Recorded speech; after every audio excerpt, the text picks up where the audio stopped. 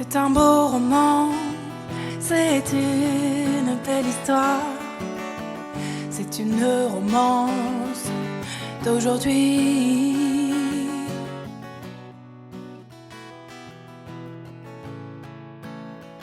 Bienvenue sur Eden Stories, le podcast qui partage vos plus belles histoires d'amour et de maternité. À travers vos récits, j'aimerais diffuser l'espoir, pour que chacun ici ne cesse de croire que malgré les tempêtes, la vie nous réserve souvent bien des surprises. Bonjour Lison. Bonjour. Merci beaucoup d'être avec moi aujourd'hui pour nous raconter ton histoire à toi. Ce qu'on va faire, c'est que je vais te laisser te présenter tout d'abord. D'accord, je m'appelle Lison.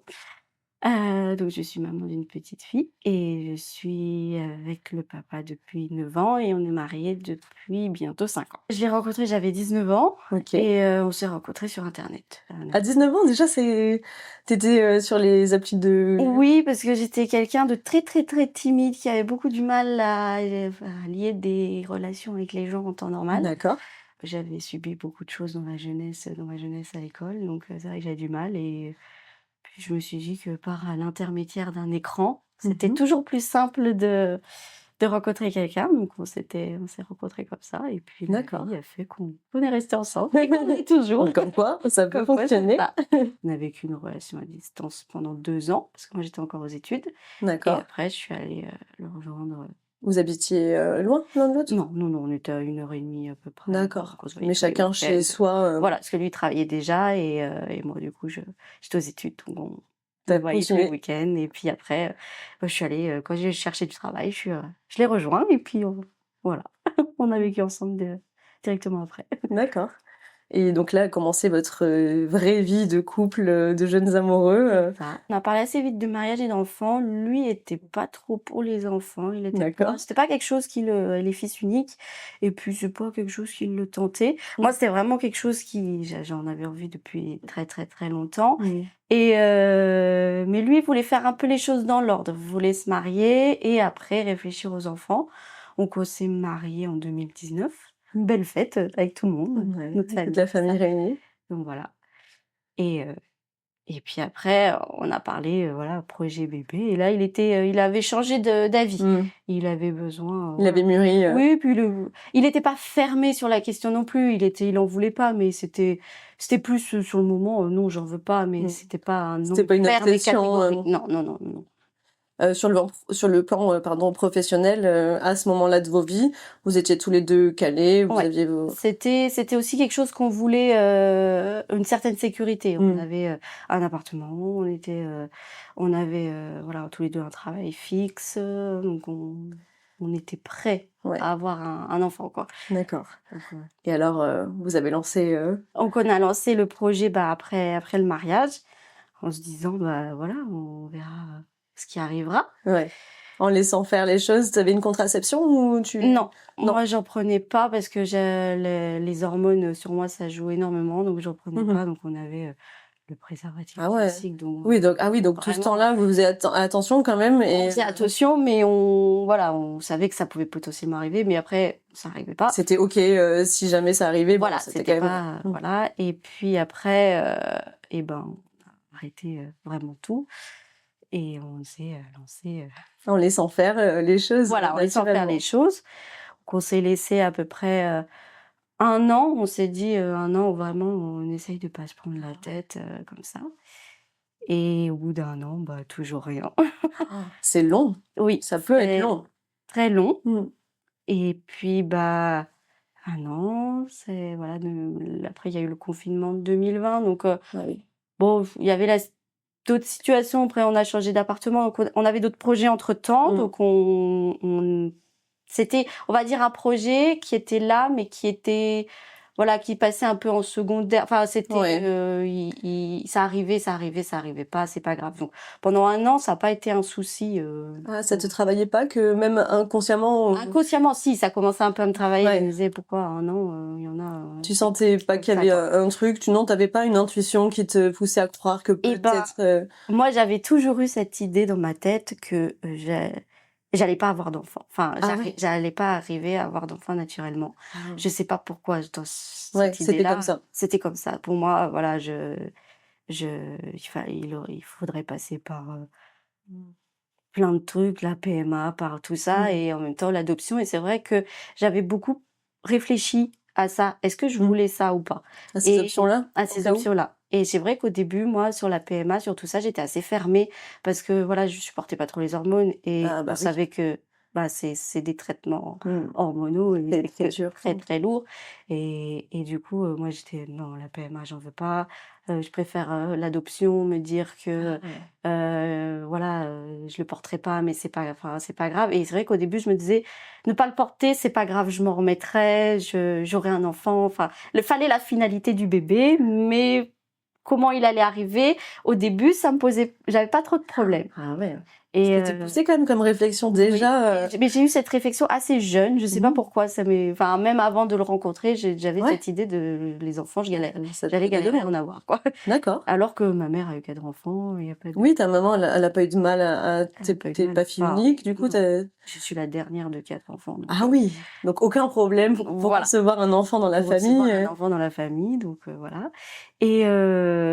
Et donc au bout d'un an, moi, enfin ça, oui, je commençais un peu à me Mmh. dire voilà. Mais en même temps, j'avais pas envie d'aller voir des médecins parce que C'est j'avais pas vrai, envie de les entendre dire quelque chose. que Je tu pense que savais un j'avais peu peur, au fond de toi. d'entendre quelque chose que je savais au fond de moi.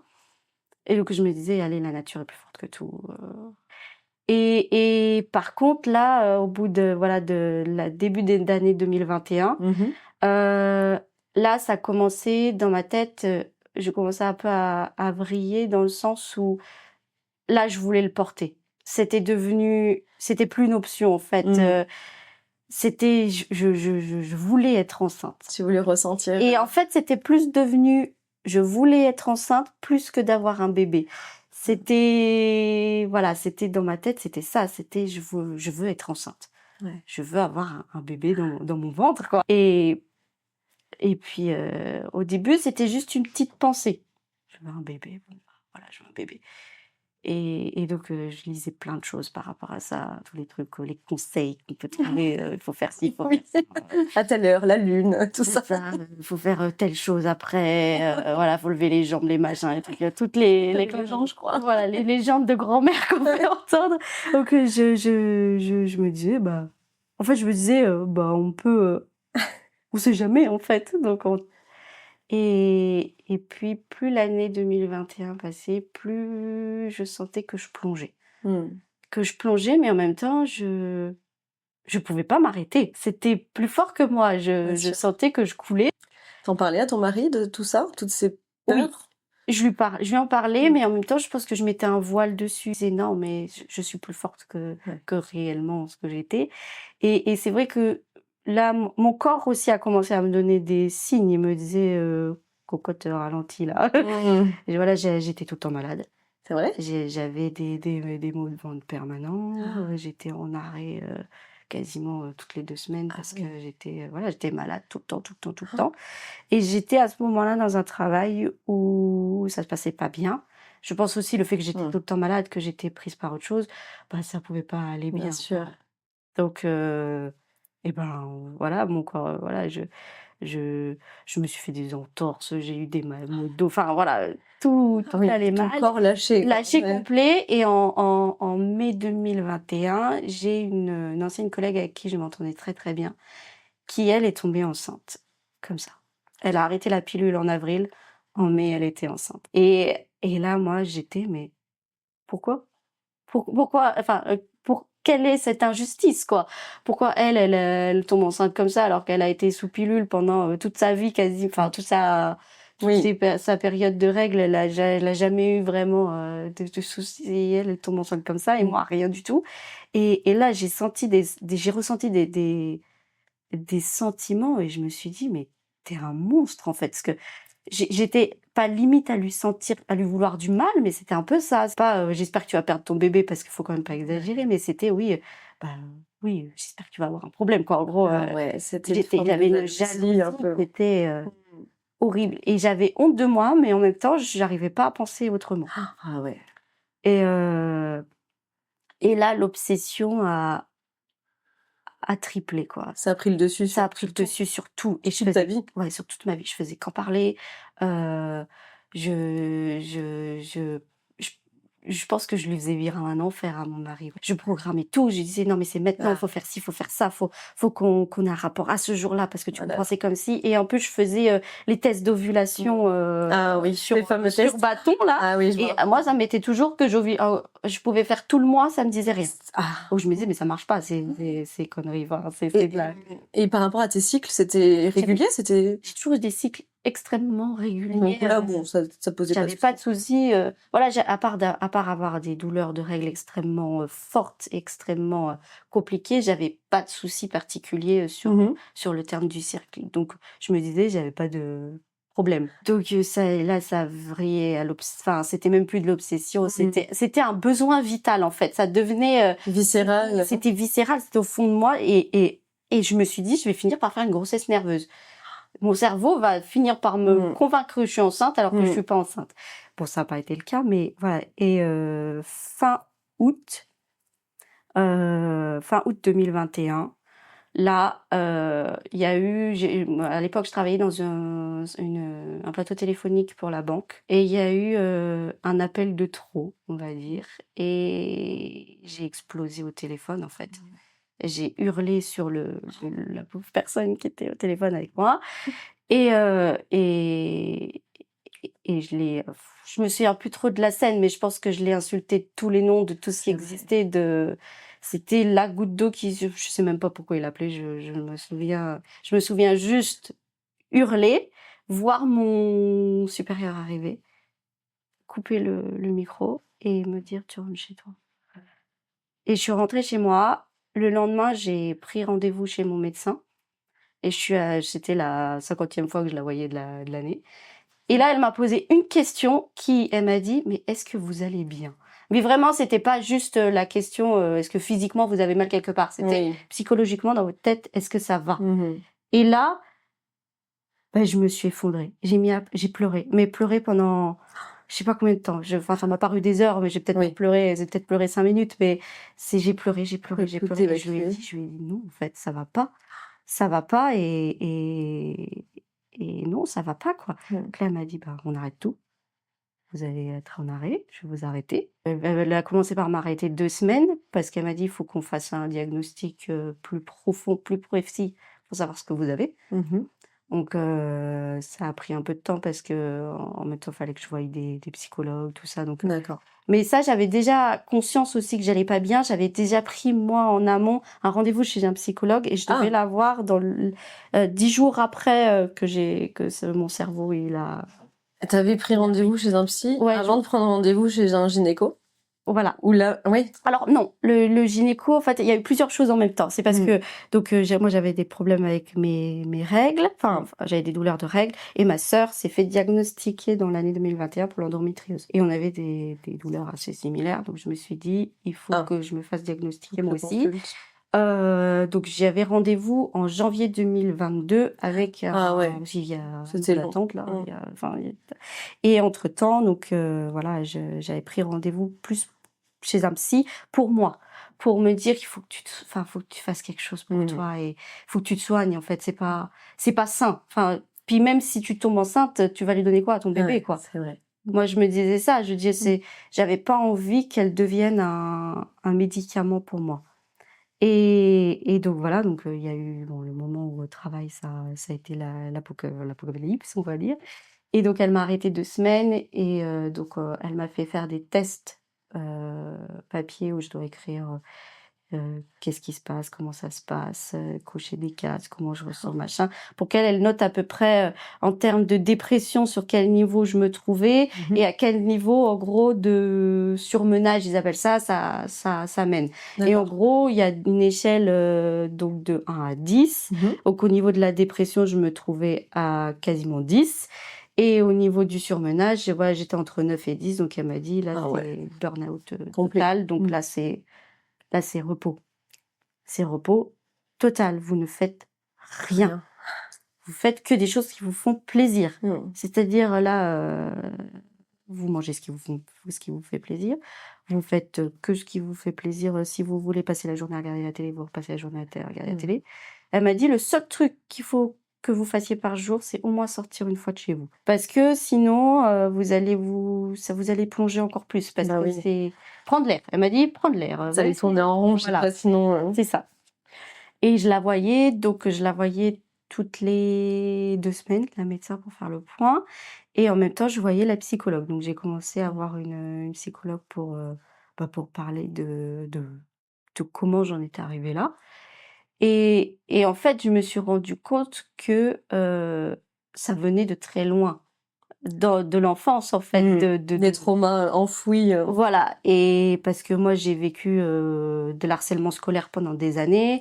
J'ai vécu beaucoup de choses que j'ai gardées sur moi parce que j'en ai jamais parlé à mes parents. J'en ai jamais parlé à ma famille. Je me suis dit, c'est bon, Et je me suis protégée en me disant que plus je vais grandir, plus ça va aller mieux. Plus, voilà...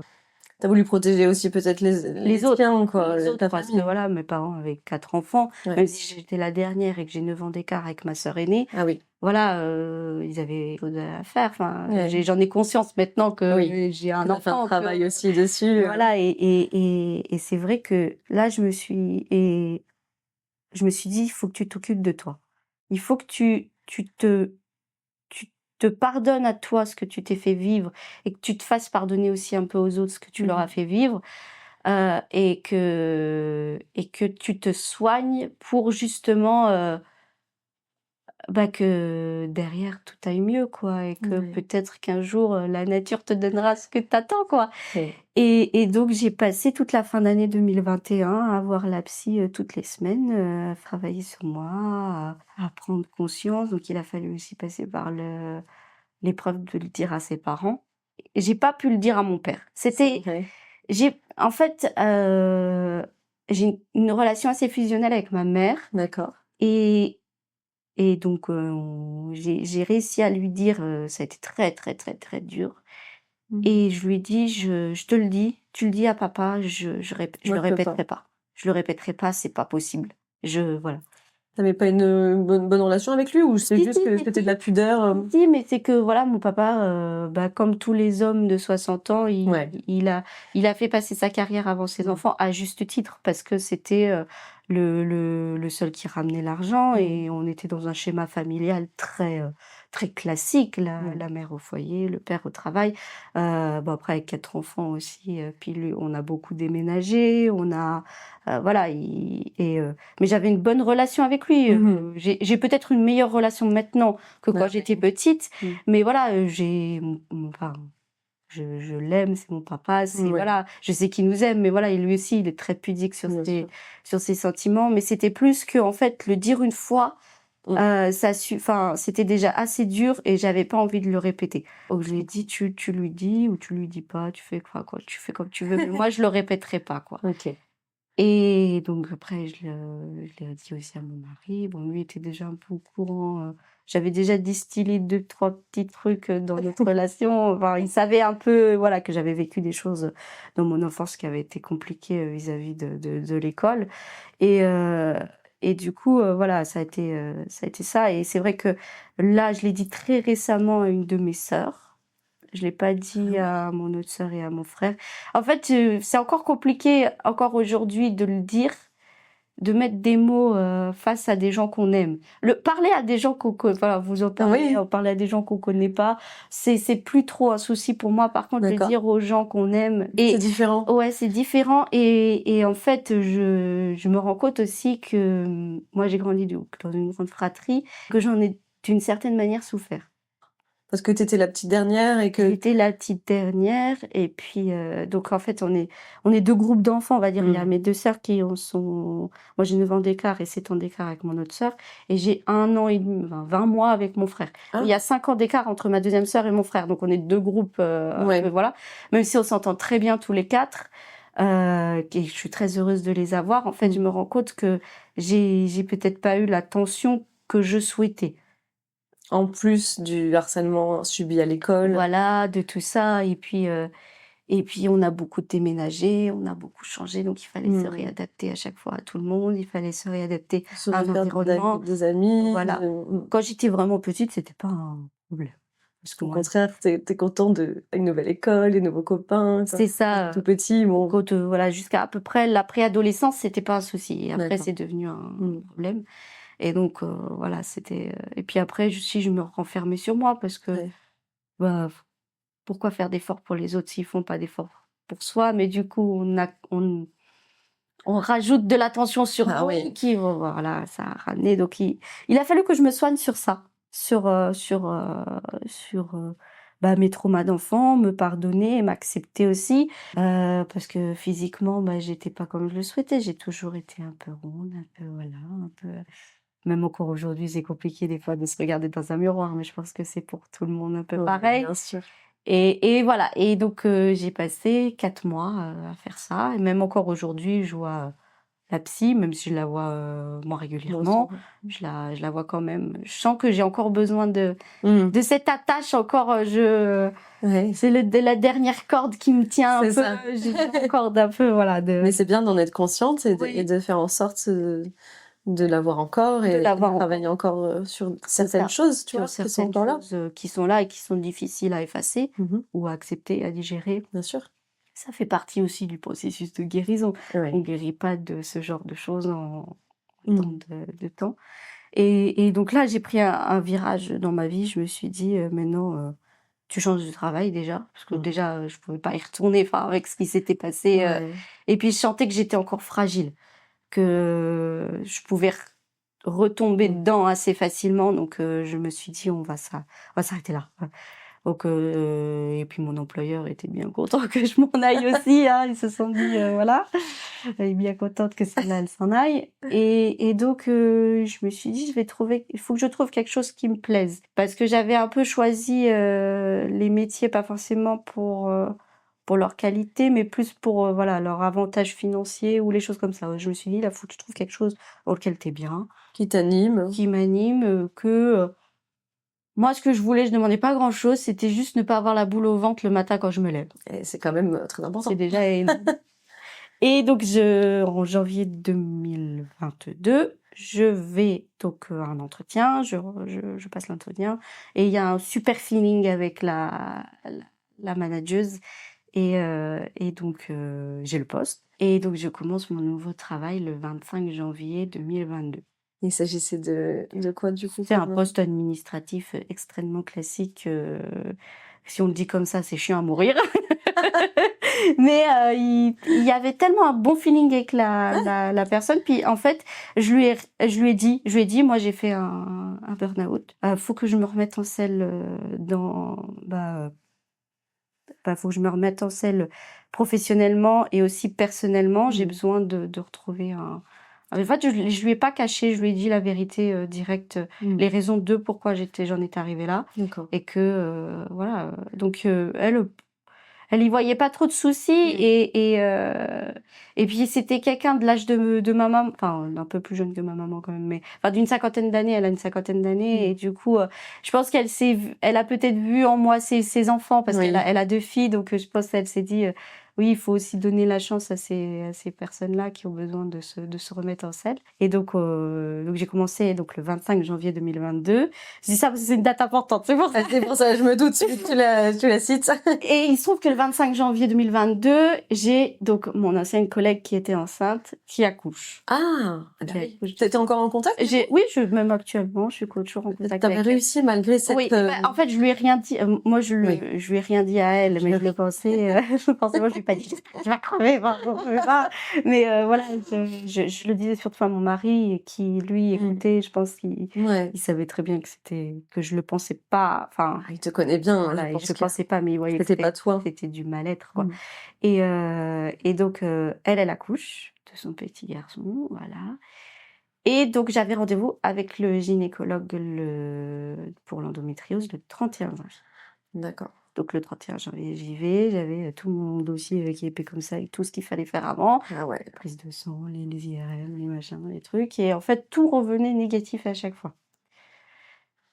Et donc, je rentre dans la salle, je lui réexplique toute l'histoire, tout mon truc, voilà. Et donc je m'installe pour l'échographie, parce que là, il allait me faire une échographie endopelvienne, donc avec la sonde, là. Et donc, il fait l'échographie, puis je le vois qu'il fait comme ça.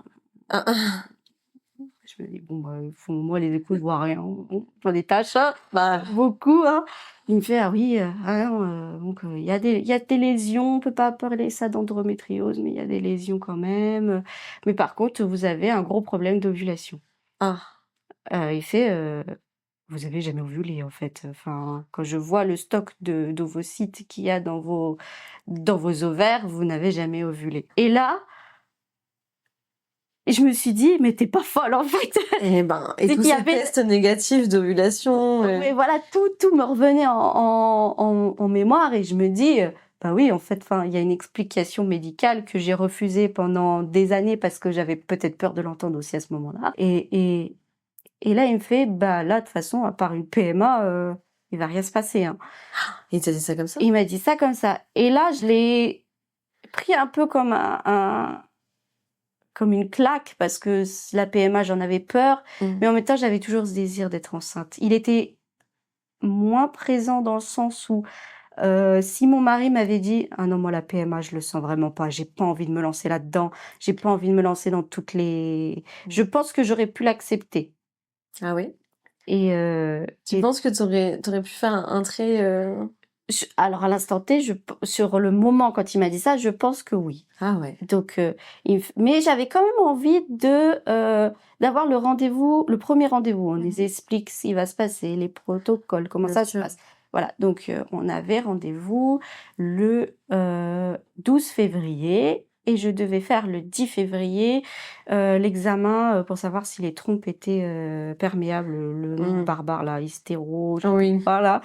Et il se trouve que cet examen, il faut le faire entre le 10e et le 14e jour du cycle. D'accord.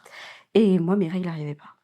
Donc, je décalais mon rendez-vous. Je disais, bah non, je l'ai toujours pas. Donc, est-ce qu'on peut décaler aussi le rendez-vous de la PMA? Parce qu'il fallait vraiment aussi cet examen-là pour savoir ce qu'ils allaient mettre en place comme protocole. Donc, je décalais. Puis, on arrive à peu près... donc, j'avais eu rendez-vous le 31 janvier. On arrive à peu près aux alentours du 15 février, par là. Ah oui. Et puis, j'avais toujours pas mes règles. Et moi, je me disais, putain, on était quand même forte. Dans ta tête, tu as réussi à te bloquer le truc. Eh oui. Et on pense à ça directement. Le cerveau. Et j'en parle à ma mère, et puis elle me fait, faut que tu te détendes, Lison. Voilà, c'est qu'un examen. Je peux comprendre que ça peut faire peur, mais c'est nécessaire, tout ça. Et donc voilà. Et j'avais rendez-vous un jeudi avec la psy. Et toute la journée, j'en parle à mon mari et je fais j'ai toujours pas mes règles. Je sais plus combien de jours de retard. Peut-être bien 3 semaines ou un mois, un truc comme ça. Il me fait, mais pourquoi tu fais pas un test de grossesse? Je lui fais, mais ça sert à rien. Et le gars était clair.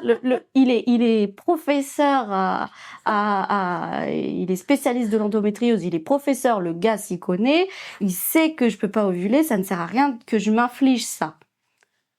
Et puis je vais voir la psy et c'était plus fort que moi, fallait que je lui en parle. Donc je lui en parle, je lui explique tout le détail. Puis en plus je la voyais aussi par rapport à ce rendez-vous qu'on avait eu pour l'endométriose. Elle m'avait dit on fera un point dessus par rapport à ce qu'ils vont vous dire. Donc je lui explique.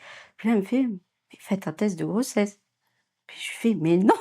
Et je lui dis pareil, non. En fait, je sentais que ça pouvait me faire plus de mal que de bien. Mais en même temps, bon, la séance, je sors, je prends le bus pour rentrer chez moi. Dans le bus, je me dis, oui, au pire, ça te coûte quoi? Voilà, de toute façon, au pire, ça éliminera une situation, donc une solution. Donc je rentre chez moi, je fais le test, et puis je fais autre chose et tout. Et puis, au bout d'un moment, j'avais mal au ventre. Je vais aux toilettes et là, je fais à mon mari, ouais, c'est bon, j'ai mes règles. Et puis, là, les yeux se posent sur le test parce que je l'avais laissé dans les toilettes et je l'avais un peu oublié. Et là, je me bloque. Et là, j'entends mon mari qui m'appelle, il me fait, Lison, ça va? Et c'était marqué enceinte. Enceinte 3 semaines plus. J'avais pris le gros, sauf que je saignais. Donc là, je me suis dit, ah bah super. Super. Là, c'est le top du top. Vous ne pouvez pas rêver mieux. T'es enceinte. tu as le mot que tu attends depuis des années sur le test de grossesse, mais tu saignes. Et donc, je le dis à mon mari, il fait, on va aux urgences. On s'en fout, on y va. Et donc, on va aux urgences gynécologiques. On arrive là-bas, on tombe sur une infirmière d'une qualité, médiocre, on va dire. Elle arrive, elle me fait... donc, je lui explique la situation. Je viens de faire un test. C'est marqué que je suis enceinte, mais je saigne. Elle me fait, oui, de toute façon, les tests urinaires, ça sert à rien. Faut faire une prise de sang. Puis ça se trouve, vous faites une fausse couche. Hein. Elle me fait comme ça. Oh. Et là, oui, c'est un peu ce que j'ai peur, en fait. C'est pour ça que je suis ici. Mais en fait, c'était bizarre. J'étais dans un mood particulier parce que je saignais, mais j'avais pas mal. Et moi, j'avais toujours entendu dire que les fausses couches étaient douloureuses. Donc, je me disais, ça se trouve, en fait, les fausses couches sont pas douloureuses. Ou pas. On sait pas. Donc, on attend des heures et des heures aux urgences. On a attendu, je sais plus, on est arrivé sur les coups de 19h. On n'est pas passé avant 1h du matin. Et donc, on attend, il me faut les prises de sang. Ils attendent les résultats de la prise de sang. Arrive une interne. Voilà, pareil, après, elle était toute seule. Enfin, avec le recul, je me dis, voilà, elle était toute seule. Elle arrive, on fait, qu'est-ce que vous avez, en gros, qu'est-ce que vous êtes venu m'emmerder ce soir? Je vous explique. Et puis elle regarde et fait, on a eu le résultat. Vous êtes enceinte. En gros, les taux sont hauts. Et moi j'avais qu'une envie de dire, mais regardez, bordel, faites quelque chose, regardez, quoi. Arrêtez de me parler, regardez ce qui se passe. Donc elle m'examine, elle fait, oui, vous avez le col de l'utérus qui saigne, mais ça n'a pas l'air d'être une fausse couche, on va faire une écho. Donc elle me fait l'écho. Et là, elle me fait, ah ouais, super, vous êtes vraiment pas échogène. Et là, je fais, c'est quoi échogène? Ça veut dire quoi? On voit rien à vos échos, en gros. Donc, elle galérait à faire l'écho. Et elle me disait, c'est de votre faute, en gros. Enfin, vous pouvez faire un effort, mais... Et donc, elle me fait, oui, ouais, je vois un sac gestationnaire. Enfin, vraiment, mais... Oh là là, quelle ambiance! Donc, elle me dit, oui, vous devez être enceinte. Enfin, on est sorti un peu comme ça. Vous devez être enceinte. Je vais vous donner la vitamine, je sais plus comment elle s'appelle là, qu'il faut prendre. Ah oui, l'acide folique. Ouais, l'acide folique ou folique, je sais plus quoi. Le truc qu'il faut prendre. Donc, vous prenez ça et vous refaites une écho dans une semaine. Ok. Donc, au sort de l'hôpital, on savait pas s'il fallait être content. On savait pas s'il fallait être triste. À quoi s'attendre? On est rentré chez nous. On était ok, en fait. Tu pouvais même pas essayer de te réjouir, quoi. Non, je me suis même pas réjouie parce que, oui, d'accord, t'es enceinte, mais en fait, on n'en sait rien. Oui, tu sais pas si tu peux le perdre, si c'est un début de fausse couche, c'est ça. Donc, j'ai pris rendez-vous après avec une sage-femme pour refaire une écho une semaine après. Et pendant toute la semaine, je vérifiais toutes les heures si j'avais du sang, mais j'avais plus de sang, mais en même temps, j'avais pas de douleur. Bon, voilà. On arrive à l'écho, elle fait l'écho, elle nous dit ouais, vous êtes bien enceinte, voilà. Vous pouvez prendre rendez-vous avec votre gynéco pour faire le reste. Mais pareil, là, moi, j'arrivais pas à me réjouir parce que pour moi, c'était pas réel, en fait. Il s'était tellement passé de choses et j'avais encore cette phrase du médecin qui me disait « Mais vous avez jamais ovulé, c'est pas possible, en fait. » Donc, je prends rendez-vous avec mon gynéco qui était obstétricien également, donc pour avoir un rendez-vous pour le premier rendez-vous de grossesse, pour qu'il fasse l'écho de datation, qu'il fasse tout. Et donc, on y va. Donc, c'était mi-mars. Je sais plus la date exacte. Et donc, mon mari vient avec moi, il fait la date, il fait l'écho de datation, il fait « Ah, c'est bien, on est pile poil dans le timing, on est comme il faut. » Et il fait « j'ai bien un cœur qui bat. » Donc là, j'étais...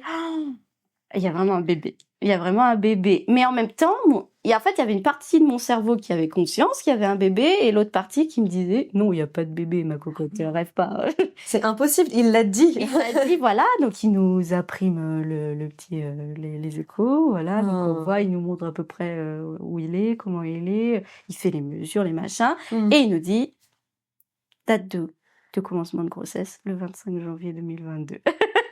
Et là, je me suis dit, c'est un signe, en fait. Bien C'est sûr. un signe qu'il fallait, voilà, c'était mon premier jour de travail. Ouais. C'était le jour où ma collègue, où tous les sentiments ont explosé, elle a accouché. Je me suis dit, voilà, c'est un signe, c'est un signe du destin, voilà. Mais en même temps, j'arrivais pas à me dire. Même en ayant écouté le cœur battre, t'as pu l'écouter le cœur battre à cet écho? Non, parce que lui, c'était un vieux de la vieille, et pour lui, les Dopplers, c'est que du synthétique, donc ça ne sert à rien. Donc il me l'a pas fait écouter, et voilà. Et en fait, après, jusqu'au 3e mois, je vivais dans l'angoisse. J'étais, je vais le perdre en fait, c'est sûr. Enfin, j'étais persuadée que ça pouvait pas aller jusqu'au bout. Et je vais le perdre. Je vais le perdre, c'est sûr, je vais le perdre. Donc, on fait 2 semaines après avoir eu le premier rendez-vous, j'ai eu le 2e rendez-vous du 2e mois parce que vu où on était placé, ça a passé sur le 2e mois. Après, j'ai eu le rendez-vous du 3e mois avec la première échographie. Qui est super, celle-ci. C'est super parce qu'on voit vraiment. Oui. Et donc voilà, on fait l'écho. Il y a toujours un petit cœur qui bat, il est toujours là. Ça te faisait rien de... T'arrivais pas là à te dire, ok... Je lâchais pas. Je lâchais pas. Et ça m'a tenue jusqu'à l'accouchement. Je ne lâchais pas. Et donc voilà, on fait les rendez-vous se succèdent. Et donc au 6e mois, il me dit, bon, vous avez un taux de sucre qui est pas top. On va faire le super test de glucose. Le fameux. Il faut boire la boisson la plus immonde au monde. donc diabète gestationnel. Ah mince. Et en fait, du coup, j'ai vécu ma fin de grossesse dans l'angoisse parce qu'il fallait se piquer 6 fois par jour pour prendre les tests, les taux de glucose dans le sang. Il fallait faire un régime drastique. Moi, j'ai perdu 16 kilos pendant ma grossesse. Wow. Et en même temps, il fallait pas qu'elle grossisse trop, que sinon, ça pouvait avoir des risques, quoi. Et donc, en plus, pendant la grossesse, la maternité où je devais accoucher a fermé. Donc, j'ai dû changer de maternité. J'ai dû changer de gynéco, d'obstétricien.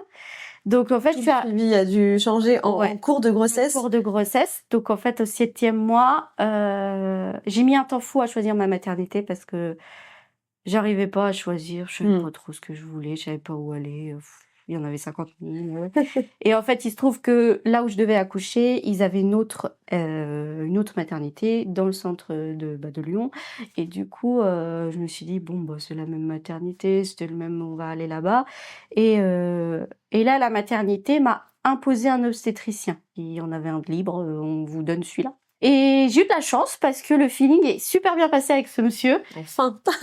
Enfin, c'est ça. Et il avait un regard différent. Et donc j'étais suivie donc par lui, par une endocrino pour le diabète gestationnel. Donc j'avais de la chance sur le diabète gestationnel dans le sens où juste le régime ça a suffi. J'ai pas eu besoin d'insuline. D'accord. Donc j'avais un suivi assez régulier par téléphone avec elle. On s'appelait à peu près toutes les 2 semaines où elle faisait le point. Elle disait ouais c'est super, continue comme ça, c'est bien. Et lui je le voyais pour tous les mois et à partir du 8e mois je l'ai vu toutes les 2 semaines parce que c'est là où c'est le plus dangereux pour les bébés. D'accord.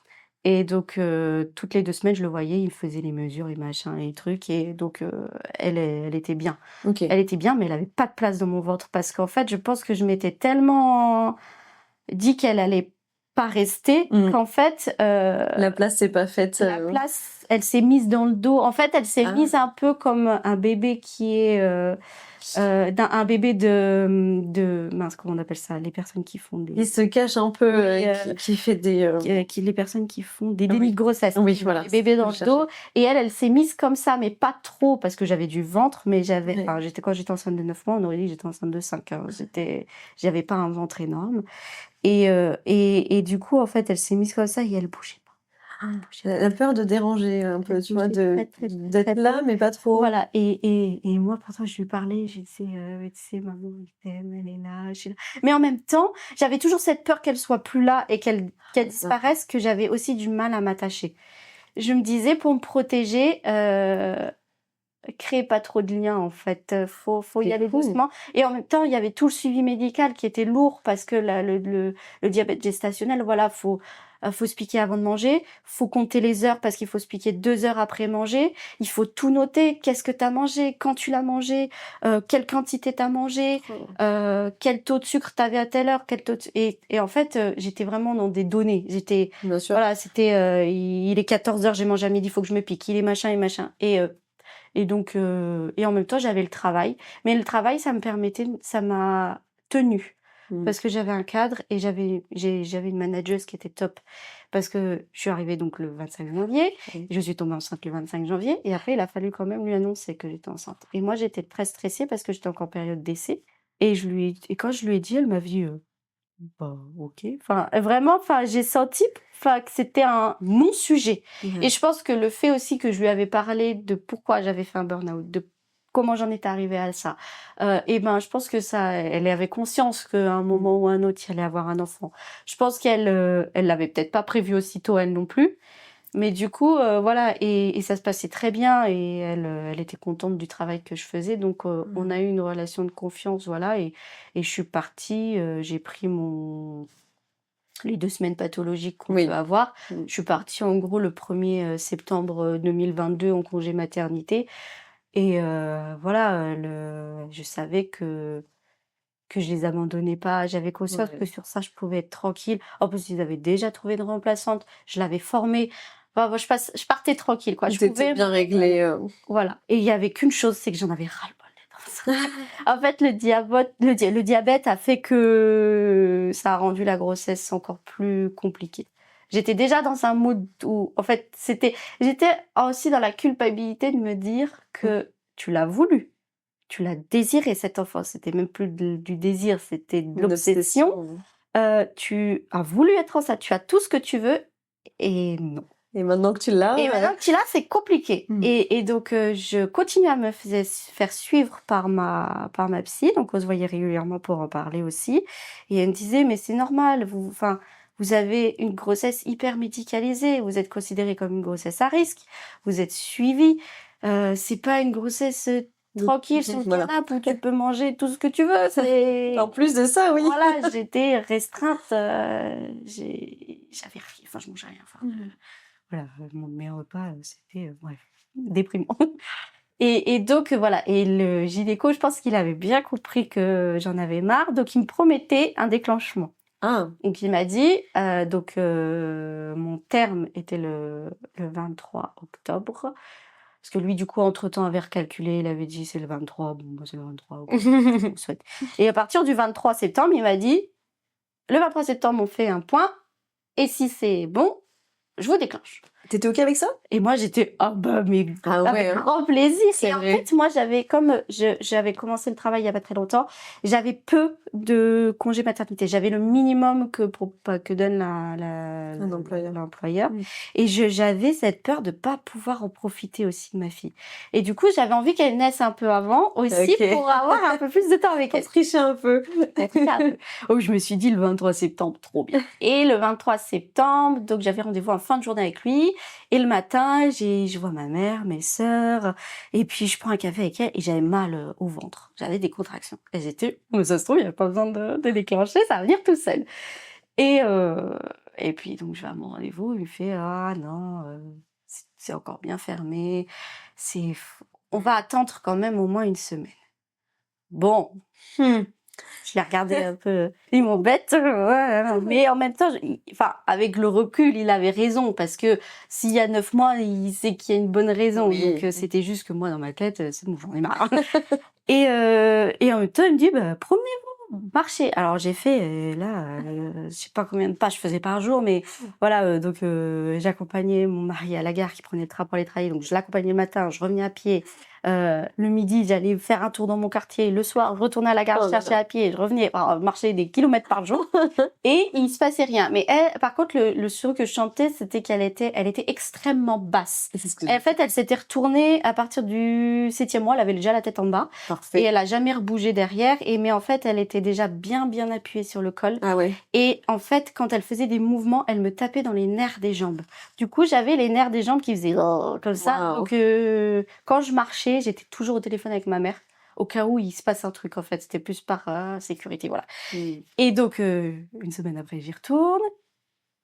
Et pareil, il me fait « Ah, quand même, elle est bien au chaud.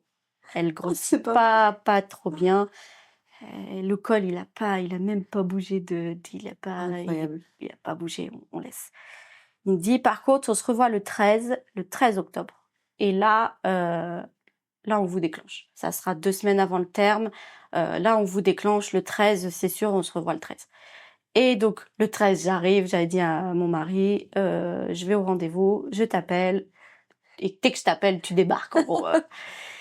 Et donc, j'arrive le 13, et là, il fait une écho, puis je vois à sa tête qu'il est un peu comme ça, et puis il me dit, j'ai l'impression qu'il n'y a pas beaucoup de liquide. C'est possible que vous ayez fissuré, que vous n'ayez pas rendu compte, en fait. Juste une petite fuite, ça peut arriver. Et il me fait, je vous envoie aux urgences. Bon, super, j'appelle mon mari, je fais... Les urgences. Donc, il arrive, tout ça, on arrive aux urgences. Ils font le test avec le petit papier là. Puis oh non, ça a l'air de fissurer. Ils font le monito. Bon bah vous avez des contractions, mais pas plus que ça. Enfin, vous avez des contractions normales pour une femme enceinte de 9 mois quoi. Et il me renvoie chez moi. Et là j'étais. Mais il m'avait dit que c'était le 13. Donc le lendemain, je rappelle la secrétaire du gynéco, qui me passe le gynéco et qui me dit on reprend rendez-vous jeudi prochain, le 20. Ah bon, c'était le terme quoi, quasiment. Mais j'avais envie de dire, vous vous foutez de moi, le terme c'est le 23, on se voit le 20, voilà. Et là, je me rendais compte quand même pendant cette semaine qui passait que quelque chose changeait parce que mon diabète, ça partait complètement en cacahuète. Et j'avais souvenir d'avoir vu Anna Roy au maternelle, parce que je me gavais de la maison des maternelles pour comme beaucoup, je pense, qui disait que quand le corps commence à être prêt à accoucher, tout le reste se met un peu en pause. Et l'endocrino m'avait dit c'est possible qu'en fin de grossesse, le diabète, quoi que vous mangez, il reparte en cacahuète. D'accord. Et donc, pour le diabète, juste pour donner à peu près les données, on va dire, il fallait que avant de manger, je sois à 90 au niveau du glucose dans le sang. Et après manger, il fallait pas être à plus de 120. D'accord. 120, c'était le max. Déjà, c'était voilà. C'était pas mal. Et si je dépassais 140, c'était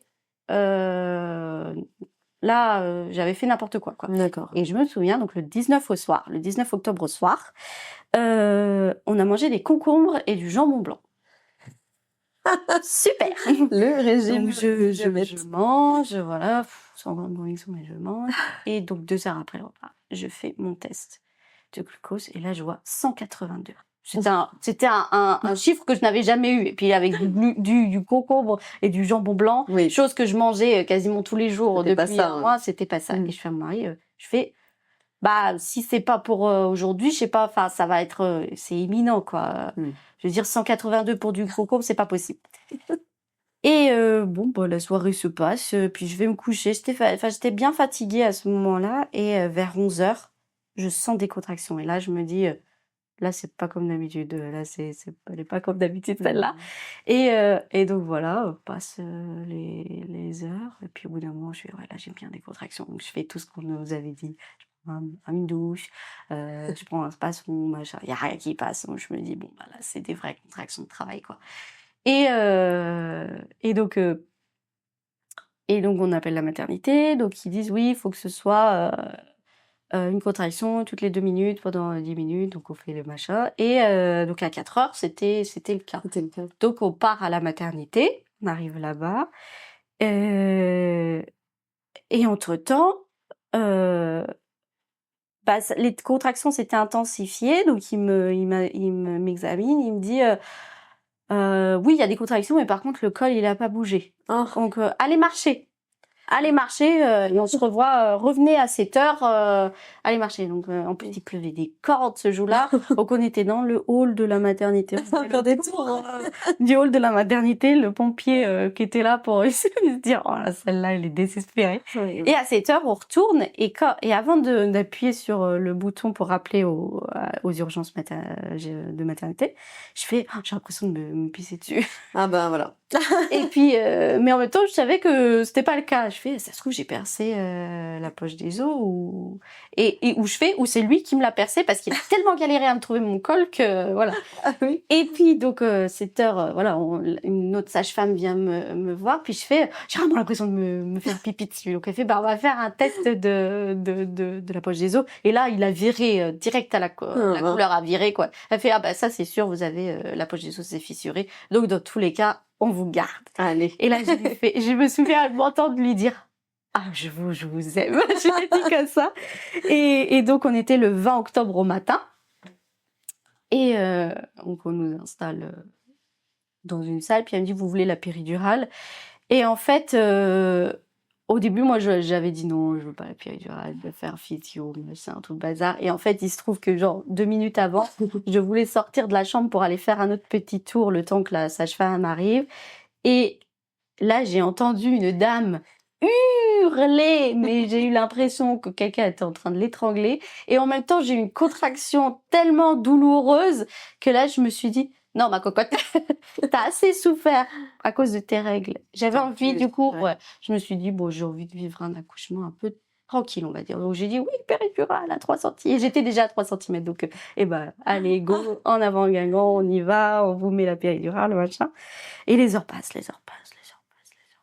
Et on n'a pas eu de chance dans le sens où ce jour-là, il y avait beaucoup de femmes qui accouchaient. Et elles ont toutes fini en césarienne.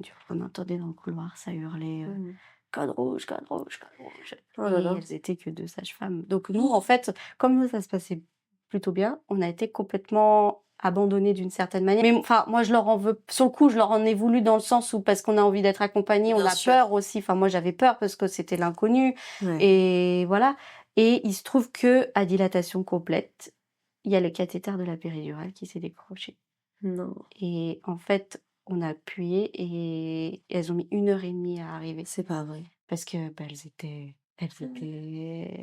oh là là. Elles pouvaient pas. Enfin, là pour le coup, c'était pas parce qu'elles voulaient pas venir, c'est qu'elles étaient dans l'impossibilité de le faire. Sauf que moi, en fait, j'avais tellement bougé parce que j'avais tellement mal que ils avaient perdu toutes les données et pour ma fille et pour moi. Et quand elle est rentrée dans la chambre, la sage-femme, donc 1h30 après qu'on ait appuyé, et elle fait qu'est-ce qui se passe? Parce qu'entre-temps, mon mari, il avait appuyé je sais pas combien de fois sur le bouton, il avait même ouvert la porte, il s'était fait emballer parce que oui, monsieur, on va arriver. Ah ouais. Et là, il avait le cathéter dans la main, et moi qui étais en train, je pense que de toute façon, elle devait m'entendre depuis un sacré moment parce que je hurlais vraiment, mais c'était c'était animal. Ouais, c'était là, et moi je me souviens juste de sa tête à la sage-femme, elle est devenue blanche. Mais vraiment blanche parce que je pense qu'elle a compris, et au vu de toutes les autres qui sont parties en césarienne d'urgence, elle s'est dit si on a perdu 1h30 de données et sur elle et sur le bébé, c'est énorme, 1h30, tout peut se passer. Surtout à la fin comme ça. Voilà, donc elle est partie chercher l'anesthésiste, elle est revenue avec une seringue, elle m'a remis une dose directe, voilà, elle est restée après avec moi le temps que ça se calme, machin, et donc elle m'a remis tout, et là ils ont vu que c'était pas grave, il s'était rien passé, il y avait pas eu, elle allait très bien, il y avait pas eu de décrochage cardiaque, il y avait, voilà, plus de peur que de mal en soi, quoi. Et donc voilà, ça passe, et arrive donc 19h20, là ils me disent on va s'installer pour pas coucher, pour pousser. T'étais ouverte à 10 là à ce moment-là, du coup? Oui, j'étais déjà, on avait déjà attendu 2 heures qu'elle tente de descendre un peu dans le bassin. Et puis, donc, arrive aussi l'obstétricien qui me suivait. Et ça, j'étais assez contente de le voir. Parce qu'en plus, j'avais rendez-vous avec lui ce jour-là. Et oui. Et il devait normalement me déclencher officiellement, du coup. Et donc, il n'a pas eu besoin. Et puis, il arrive dans la chambre, il me fait madame, on avait rendez-vous aujourd'hui. Donc, tu sais, voilà, il était vraiment... et c'est un monsieur, enfin, il était... très très grand, enfin, il est très très grand, il n'est pas décédé, donc il est très très grand, et il a une voix extrêmement grave, donc il pose le truc, donc, donc il est resté pour l'accouchement, il était là pour l'accouchement, donc moi je poussais, j'en pouvais plus, en plus comme il m'avait remis une dose, je sentais rien, il me disait qu'on poussait, mais moi je sentais pas, il aurait pu... ils auraient pu sortir un autre bébé de dessous la table, j'aurais pas, j'ai vraiment rien senti. Et ça, je l'ai un peu regretté parce que j'aurais bien voulu la sentir descendre. Et le seul truc que j'ai senti, c'est que elle avait du mal à passer parce qu'en fait, elle était bien mise, mais un petit peu en décalé comme ça. Du coup, ça avait du mal, donc ils ont dû mettre les ventouses. Et quand ils ont mis la ventouse, en fait, sa tête est re-rentrée un petit peu. Et là, j'ai senti, ça m'a fait hyper mal, en fait, et j'ai hurlé. Mais en même temps, ils étaient tous bienveillants, enfin, la sage-femme, l'auxiliaire qui était là aussi, ils étaient tous vraiment, à fond, quoi. Allez-y. Ouais, t'étais bien entourée, tu le sentais, t'étais sereine. Et donc, à peine ils ont mis la ventouse, 10 secondes après, elle était sortie, quoi. C'était vraiment histoire de remettre la tête comme il faut, quoi. Et là, ils l'ont posée, et en fait, je me souviens avoir eu des paroles un peu incohérentes. Je crois que j'ai dit qu'elle sentait le café ou un truc comme ça. J'ai vu mon mari couper le cordon. Et après, je me souviens de pas grand-chose, en fait. Je me souviens pas avoir vu sa tête parce que quand elle est sortie, ils l'ont posée un peu comme ça venait, donc elle était un peu comme ça.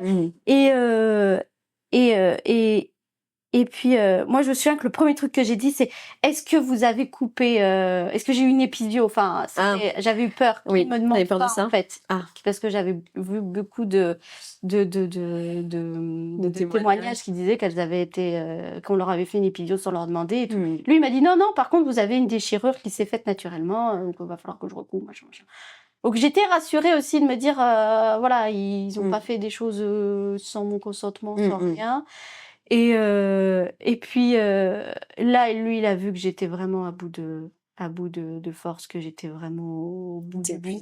Et il est allé chercher le placenta lui-même. Il a fait le truc.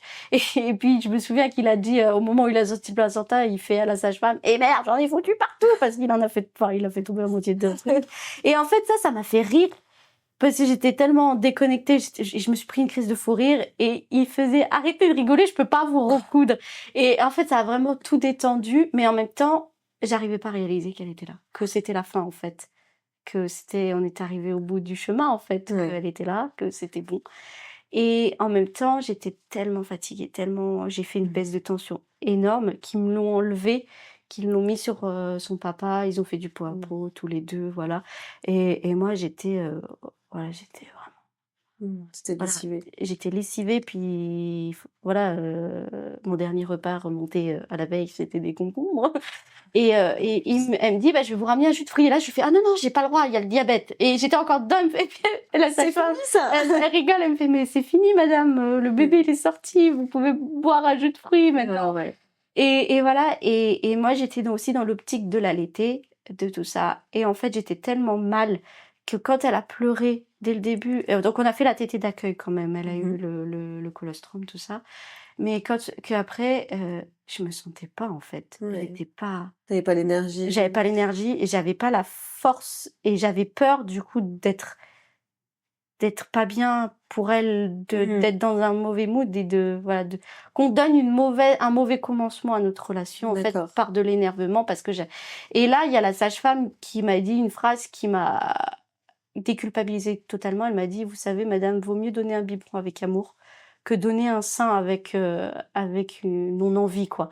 Et là, j'étais, oui, en fait, vaut mieux qu'on la nourrisse avec, un biberon. Et du coup, elle a pas eu d'allaitement. Et en fait, heureusement. Parce que je pense que psychologiquement, j'étais pas prête. Là, pour le coup, t'es bien tombée. Parce que ça peut être totalement l'inverse. Justement, culpabiliser les femmes qui ne souhaitent pas allaiter. Pour diverses raisons. Mais toi, t'en avais une très juste quand même. Et je pense que psychologiquement aussi, j'ai fait le travail après. Mais maintenant, je me rends compte que psychologiquement, j'étais pas prête à assumer aussi toute cette fatigue qui est en lien avec l'allaitement. Qui est en plus, parce que là, du coup, comme elle prenait le biberon, on était deux.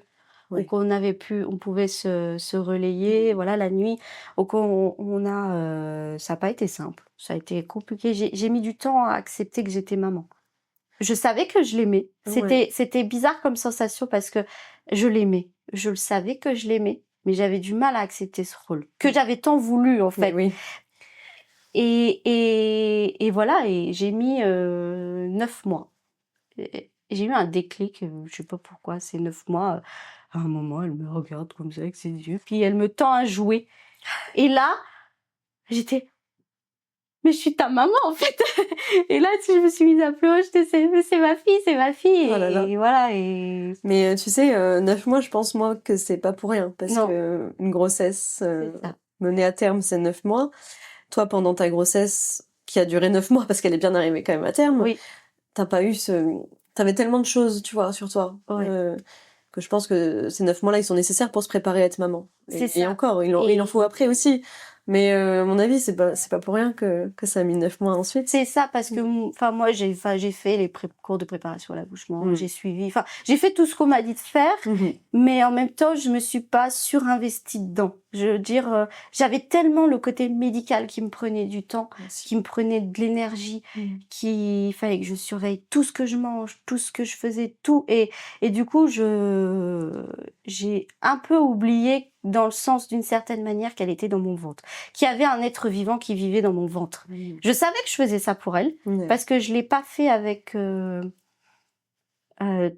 comment dire, par exemple, le régime a été dur, surtout à la fin, parce que j'en avais marre, mais en même temps, il n'a pas été impossible. Je me suis pas dit à un moment, ouais, c'est bon, j'en ai marre, je m'en fous, je mange. Je savais pourquoi tu le faisais. Je savais pourquoi je le faisais. Je le faisais pour elle, parce qu'il fallait qu'elle ait un poids correct à la naissance. Il fallait pas qu'elle dépasse tant de kilos, parce que sinon pour elle ça devenait dangereux. Pour moi aussi, ça pouvait devenir dangereux. Oui. Donc voilà, je savais que je le faisais pour elle, et que d'une certaine manière, en fait, j'ai mis déjà tout mon amour comme ça. Mais dans mon cerveau, le côté médical prenait tellement le pas dessus que voilà, c'était voilà. Et voilà, j'ai mis 9 mois à accepter d'être maman. Pas de l'aimer, parce que je l'ai aimé tout de suite, même avant, mais accepter que je suis maman et que je suis responsable de ce petit être, et que je veux qu'elle grandisse le mieux du monde, quoi. Donc là, elle va avoir 2 ans dans 2 jours. Et c'est génial, quoi. Et elle s'appelle comment, cette Elle s'appelle Astrid. D'accord. Et elle est née à combien au niveau du poids, alors? Elle est née à 3,115 kg. Donc, tout à fait correct. Très bien. Bah oui. Il fallait pas qu'elle dépasse. Si elle dépassait les 4 kilos, là, ça aurait pu être dangereux pour elle. Donc eux, ils lui ont fait le test du diabète. Elle a bon, ça veut pas dire qu'elle a peut-être pas un terrain génétique sur le problème, mais en tout cas, elle a pas de diabète, elle a pas de problème particulier. Elle a tout va rien, bien. tout. Elle est formée comme il faut. Voilà. Et alors, cette vie après à 3, quand vous êtes rentrée chez vous? Le retour de la maternité, on était contents de rentrer. On en avait marre de la maternité. Surtout que du coup, moi j'ai accouché un jeudi, et on n'est pas rentré avant le lundi, parce que le dimanche on ne peut pas sortir. Et en plus, comme j'avais perdu les os, donc la veille, donc ça faisait plus de 12 heures, et qu'il m'avait pas mis d'antibiotiques. Elle était sous surveillance. Et en plus, elle a fait une petite jaunisse qui a pas nécessité de la mettre sous les lampes. Voilà, il fallait surveiller ses constantes. Elle a eu un capteur dès qu'elle est née. Ils lui ont mis un capteur pour surveiller ses constantes. Donc ça a dû au fait qu'il n'y avait pas eu d'antibiotiques, pour voir si elle n'avait pas attrapé quelque chose. Mais elle avait rien du tout. Elle a toujours eu constante nickel. Et elle a jamais eu non, elle a grossi normalement. Elle a grandi normalement. Là, elle court, elle parle, elle fait tout, quoi. Bah oui, 2 ans, là. 2 ans, ouais. Et t'as pu donc reprendre après le travail, comment t'as fait? T'as pris tu pouvais pas du coup prendre beaucoup de jours? Non, je pouvais pas prendre de congé parental non plus, parce que j'avais pas un an d'ancienneté. Mais en même temps, je voulais pas. Non. Parce que donc j'ai vécu collée avec elle 2 mois, et comme j'avais ce sentiment aussi de difficulté à accepter ce rôle de mère, j'étais contente de reprendre le travail. Et donc j'ai repris le travail début janvier 2023. Et en fait, on avait galéré à trouver quelqu'un pour la garder. Donc aussi, ce qui a fait aussi que j'étais contente, c'est que mon mari n'a pas pris son congé paternité au moment de la naissance. Il l'a pris après, quand j'ai repris le travail, parce que justement, on n'avait pas de solution. On avait une solution de garde, mais il fallait un peu de temps pour que ça arrive. Donc voilà, on a fait chacun notre tour. Donc il y a ça aussi qui a été plus compliqué. Fallait trouver une nounou, fallait trouver la crèche, fallait tout. Donc on croit qu'en ville c'est plus simple, mais c'est pas forcément plus simple. Ça... Donc voilà, et je suis retournée au travail après le congé maternité. Après les 2 mois, 2 mois et demi. 2 mois et demi, voilà. Mais je pense que t'en avais besoin aussi, J'en tu te avais sentais besoin. bien dans ce boulot. Voilà. C'était le début aussi de ta grossesse, ça avait déclenché beaucoup de choses en toi. Donc, Et donc j'étais contente de retourner au travail. J'ai repris le travail, puis on a pris un rythme tous les 3. On l'a trouvé Génial. Et voilà quoi. Et voilà. Et Et ça fait déjà 2 ans. ça fait déjà 2 ans. Et au niveau de ton endométriose, du coup, enfin de ton ovulation en tout cas. Alors là moi maintenant en fait je m'en fiche un peu. Je fais plus rien parce qu'on n'en veut pas d'autres. D'accord. Ça a été moi au début on m'aurait posé cette question avant la grossesse, j'aurais dit oui j'en veux au moins 2, voilà. Et en fait après l'accouchement on s'est regardés tous les deux, on s'est dit on n'en veut pas d'autres. Et non. Nous, on était d'accord. Puis en plus, on voulait tous les deux une petite fille. C'était une petite fille. Ça aurait été un petit garçon, peut-être que la question se serait posée. Mais c'était une petite fille. Et en fait, vu le chemin qu'il y a eu pour l'avoir, moi, je veux pas repartir là-dedans parce que je sens que c'est un sujet pour moi aussi je peux potentiellement replonger, j'ai pas envie. Et en fait, c'est aussi, voilà, j'ai souffert aussi, moi, du manque peut-être d'attention. Enfin, je sais que mes parents n'étaient pas conscients. Enfin, et puis ils ont fait ce qu'ils ont pu et je leur en veux absolument pas. Puis, et j'ai pas envie qu'elle souffre de ça. Donc elle sera fille unique et ça sera très bien. Vous êtes au complet. Ouais. Donc j'avoue que les ovulations, je ne sais pas. Oui, parce que tu t'en es pas, enfin. Parce que je m'en suis pas occupée. Voilà. Et puis au niveau de tes douleurs, est-ce que c'est revenu ou ça s'est atténué? Ça s'est atténué pendant 1 an. J'avais plus rien. D'accord. Et là, c'est revenu, mais c'est comparé à ce que ça a pu être, c'est rien quoi. Donc voilà, je contrôle régulièrement, je vois la sage-femme pour ça, on cherche des solutions naturelles aussi parce que on a fait le nécessaire avec mon mari pour qu'il n'y ait pas d'autres enfants, donc on va pas reprendre une contraception. Bien sûr. Donc voilà, je contrôle plus pour moi et pour aussi me sentir bien. Ton bien-être aussi, c'est important, je pense. C'est ça. Donc mais sinon il y a rien de derrière, on est bien, on est tous les 3, on est au complet et on est heureux. C'est génial. Mais en tout cas, ce que je vous souhaite à tous les 3, c'est voilà, de continuer sur cette longévité et continuer d'être heureux ensemble. Merci. Et je te remercie infiniment pour ton témoignage qui a été, j'ai trouvé ça très, très fort, très puissant. T'as pas eu de mal à parler de tes difficultés. Je trouve ça très important. Parce qu'il y a plein de gens, je suis sûre, qui vont se reconnaître dans ton discours et dans ton parcours. Et j'espère que ça en aidera beaucoup. En tout cas, j'en suis convaincue. J'espère que ça aidera les gens à déculpabiliser surtout, parce que c'est le pire. Et c'est vrai qu'on passe notre temps à nous dire « faut pas y penser, tu tomberas enceinte quand faut pas y penser ». Et c'est très douloureux à entendre, mais il y a une certaine vérité dans cette phrase où le cerveau, si on est trop focalisé dessus, ça peut marcher. Il y en a chez qui ça fonctionne, mais voilà, mais que il faut surtout se déculpabiliser et se dire qu'on n'est pas des monstres et que oui, c'est humain d'avoir ces pensées-là et d'avoir ces sentiments-là qui se présentent et que voilà, ça fait pas de nous des mauvaises personnes. Merci beaucoup, Lison. On reste en contact, en tout cas. Je te dis à très bientôt.